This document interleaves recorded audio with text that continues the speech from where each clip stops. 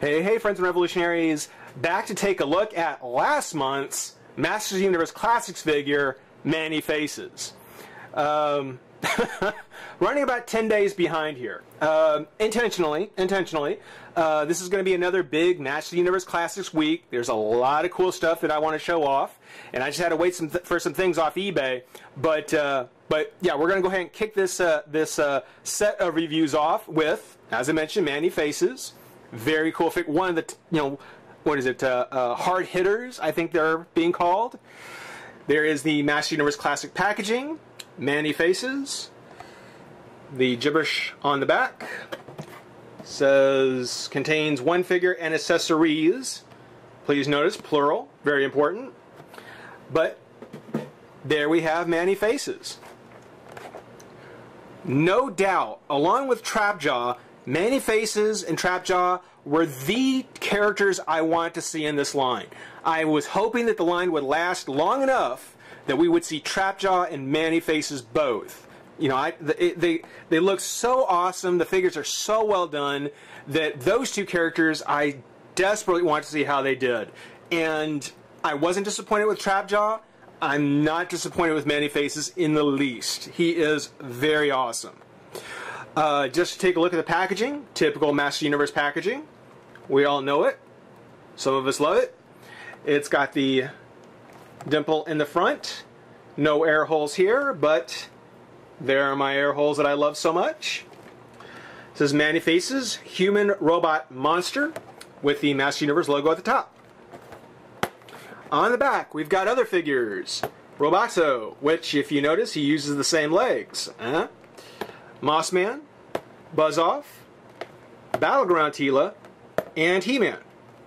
There's Manny Faces, and I've said it before, I'll keep saying it. You know, I really wish that, now that Manny Faces picture almost looks like it does in the mini-com for the advertising for the figures. That's actually very cool. I just noticed that when you look at this, it's the figure, but the picture's taken in such a way that it looks very much like it did from the art from the mini-coms when they were advertising the other figures.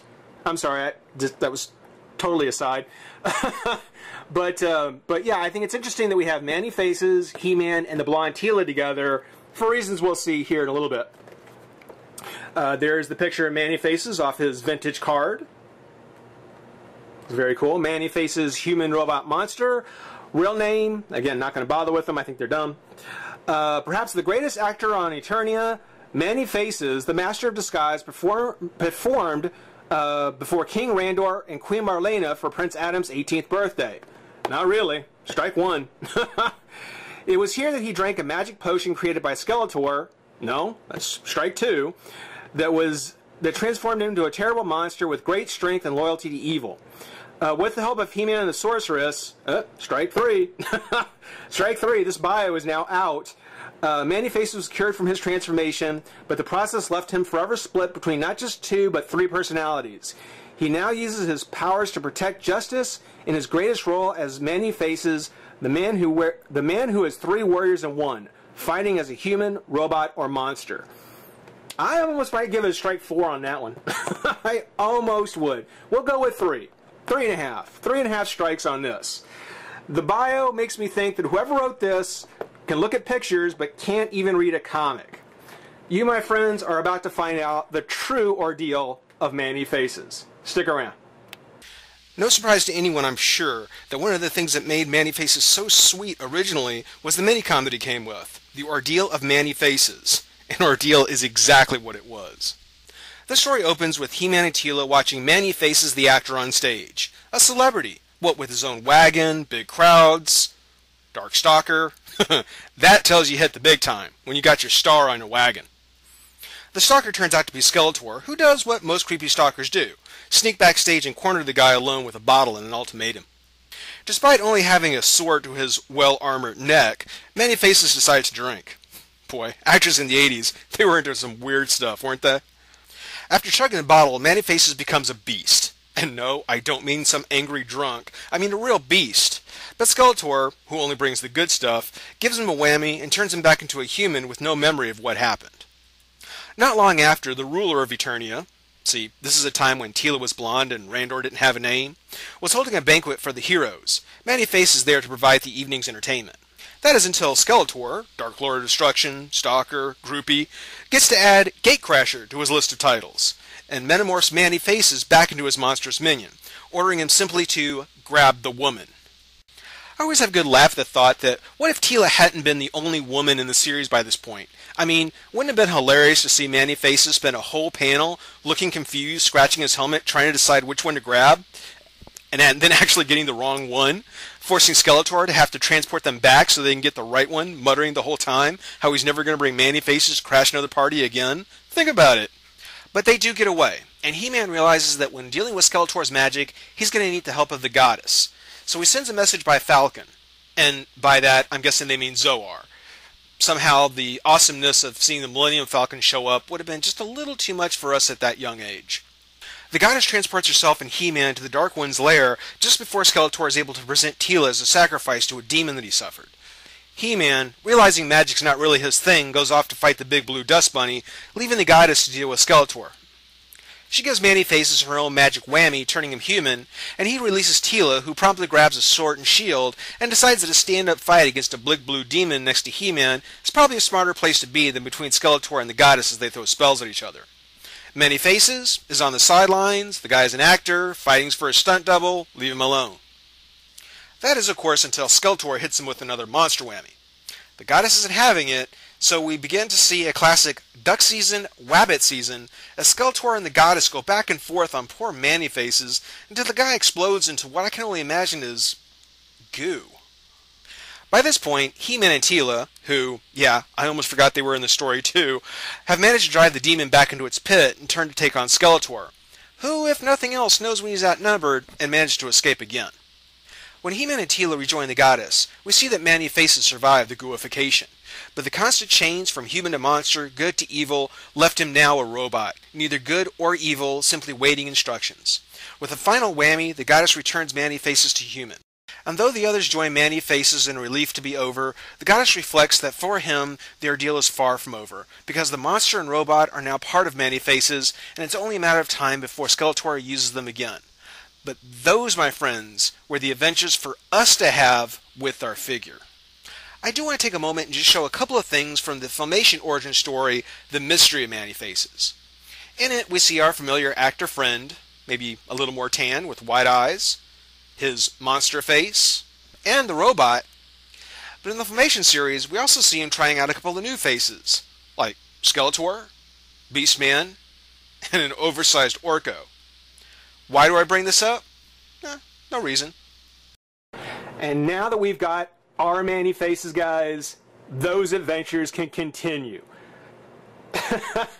I'm telling you, I so wish I knew where my vintage figures were. I've dug around for them, I've looked and looked and looked, and this is the last time I'll mention it, I promise. I still can't find them. At some point, I may just do a video called I Found Them. But for now, yeah, I kind of have to just go back, to remembering how the old vintage figure just had kind of a domed head, had kind of a rather smooth, flat, domed head. Did not have the same kind of texturing on it. Very much more like the old vintage Minicom Manny-Faces. The way he showed up in his promotional art. It is just, as a Minicom fan, this is just fantastic. Now I know several of you will probably mention that the 2002 Manny-Faces was in the same style, and you're right, he was. Design-wise, he was one of the ones I was a little more happy with. But even still, he still seemed to have kind of the hyper-detail theme of that series that I didn't really care for. So, seeing Manny-Faces here now, it's just awesome. It's so cool. It's so impressive. There have been people I know, friends, who have been a little antsy because the torso is basically just a regular male torso. The arms and legs from Trapjaw have already been out, and the shorts from Roboto. So, 90% of this figure, part-wise, have pretty much been available, and we still had to wait for him. Considering that Mattel has said that you know, we won't do gimmicks like the battle armor on the chests and things like that. Web Store's pulley system. They did do right with Man-E-Faces. I doubt they could have gotten away with doing anything else and giving him his twisting face feature. Now, every face is great on him. I mean, first off, I just want to look at the body real quick. I mean, the texture on the shoulders, that's the only thing that's different from the arms that we get off of like Trapjaw or something like that. The legs, exactly the same. Exactly the same. Even to the point where they have a little highlight on the blue, whereas Trapjaw had just a little extra highlight on the same places in his own colors. The hoses that go across his chest plug into the top of his helmet. Even has kind of the single decoration there, whatever you want to refer to it as. Just really, really nice. On the face, you can see he does have the black eyes, which is a little different from the vintage. The vintage actually had white eyes. I don't think I mentioned it in the minicom, but I think when I've looked at the minicom, there are some spots where his eyes are black. So I think that is fairly accurate for the minicom version. Now if we take his little nub thing and turn it counterclockwise, we go from the human Man-E-Faces to a fantastic monster face. It is almost uncanny how much that resembles the vintage version. I so wish I still had that figure to look at just so I could pick out what differences are there, because that just looks so incredibly spot on. It looks amazing. As we saw in the minicom, we had Wabbit season, Duck season, and between those we ended up with the robot.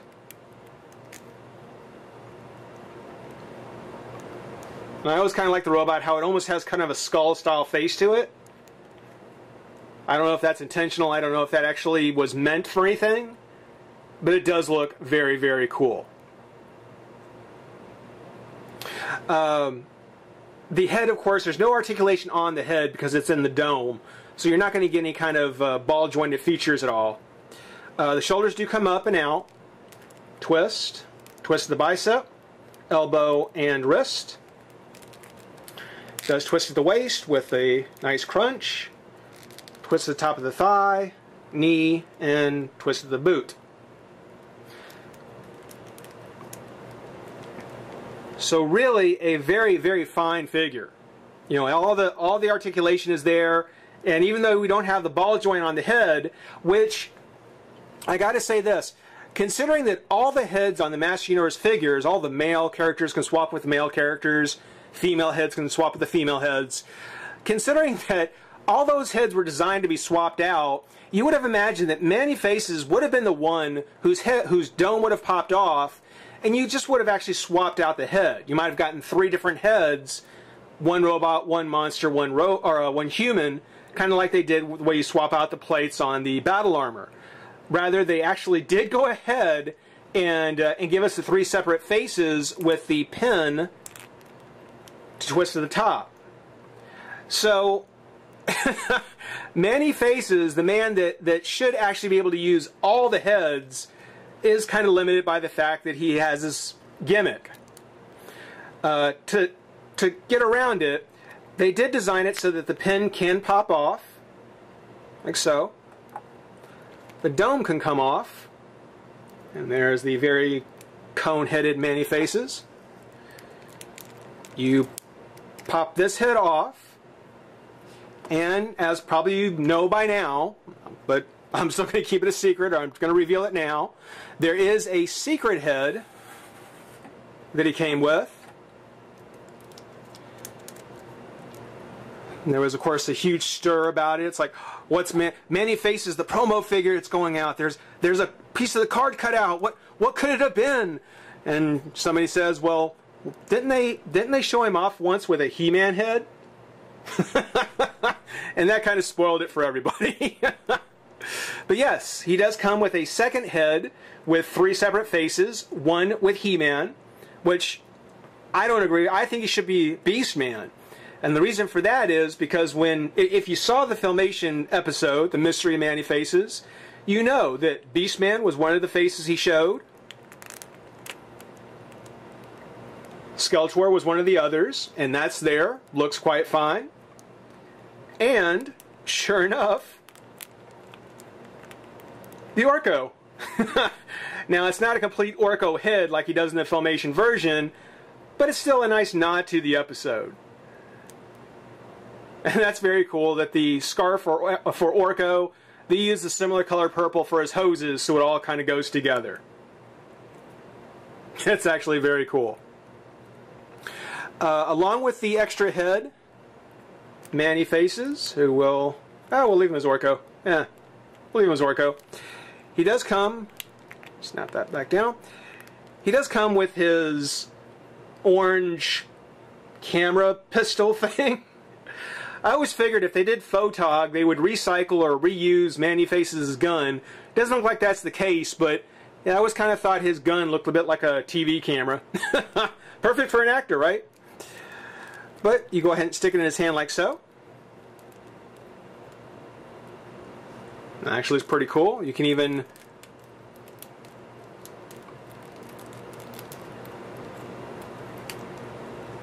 put it in like that.